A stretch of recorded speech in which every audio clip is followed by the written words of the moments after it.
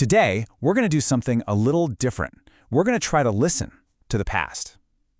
We're setting out to find the lost music of ancient Mesopotamia, and maybe even decode a song that's over 3,000 years old. It's a pretty wild question when you stop and think about it, right?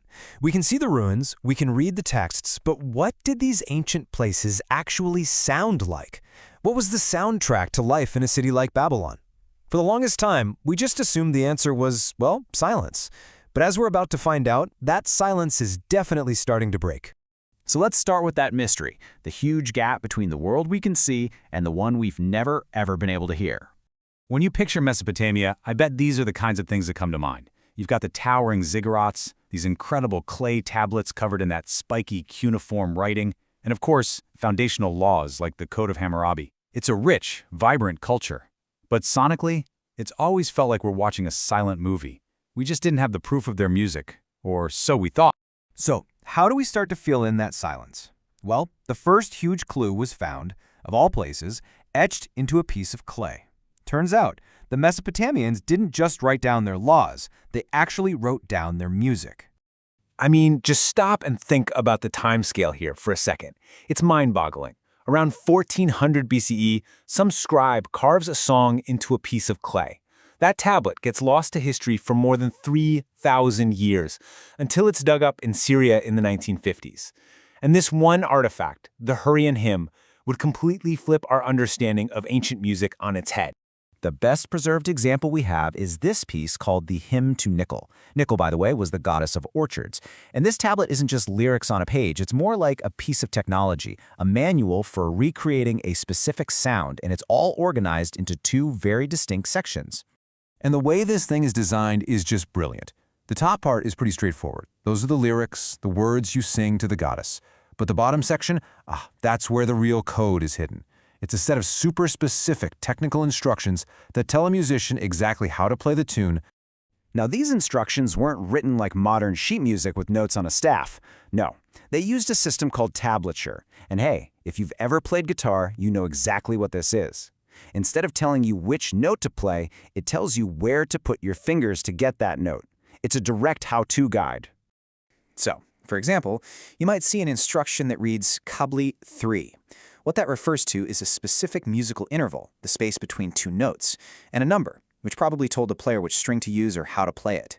This wasn't some vague guideline. This was a precise formula for making music. Okay, so having the instructions is one thing.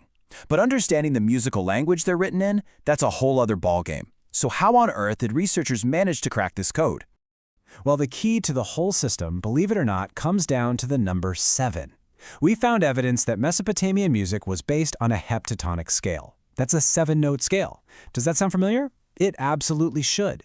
That is the exact same foundation for the major and minor scales that make up the basis of almost all Western music today. It's just wild how familiar that structure is. But here's the thing. For them, music wasn't just about what sounded nice. It was a science. It was basically a form of applied mathematics. Their entire system of tuning, of harmony, was built on these precise mathematical relationships between notes. This created this incredibly sophisticated musical language that any trained musician could understand and use. We've even found these things called tuning texts, which are basically instruction manuals for instruments like the lyre. And the process they describe is just so logical. Okay, step 1. Pluck two strings together. Do they sound a little off? The text calls it unclear. Right. Step 2, you're told to adjust one specific string. Then you just repeat that process until the harmony sounds right, or as they put it, is restored. This meant musicians from all over could play together, perfectly in tune. So this brings up a really good question. If they had this amazing system for writing down music, why have we found so few of these tablets? And that brings us to a really crucial part of the story, all the evidence that wasn't written down. You see, the reality is that writing music down was totally the exception, not the rule. Music was, first and foremost, an oral tradition. It was a craft passed directly from a master to an apprentice over years and years of listening and memorizing. A written score wasn't for everyday use. It was more like a reference, a backup to make sure a sacred song was played perfectly, or maybe a teaching aid for a really tough piece. And beyond the tablets, we have to look at what you might call the silent evidence. We see musicians literally carved into their art, like on the famous standard of Ur, which shows a guy playing a lyre, 1,000 years before our hymn was even written down. We've dug the actual instruments, like the lyres of Ur, right out of the ground. and we see art showing whole ensembles, harps, drums, flutes, playing together. You simply can't do that without a shared, complex system of music.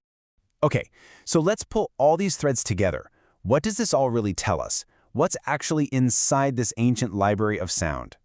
When you get right down to it, the Hymn to Nickel is so much more than just a really, really old song. It's proof of a fundamental human drive. This desire to take something as fleeting and invisible as a melody and give it permanence, to capture it, save it, and pass it on to the next generation. That's not some modern idea. It's as old as civilization itself. We started this by asking what the ancient world sounded like, and while we can never know for sure, these incredible clay tablets proved the sound was there. And it was complex, it was mathematical, and it was beautiful. It leaves us with this really powerful thought. The silence of history isn't actually empty. It's a library, and we are only just beginning to learn how to read its books and to hear its songs.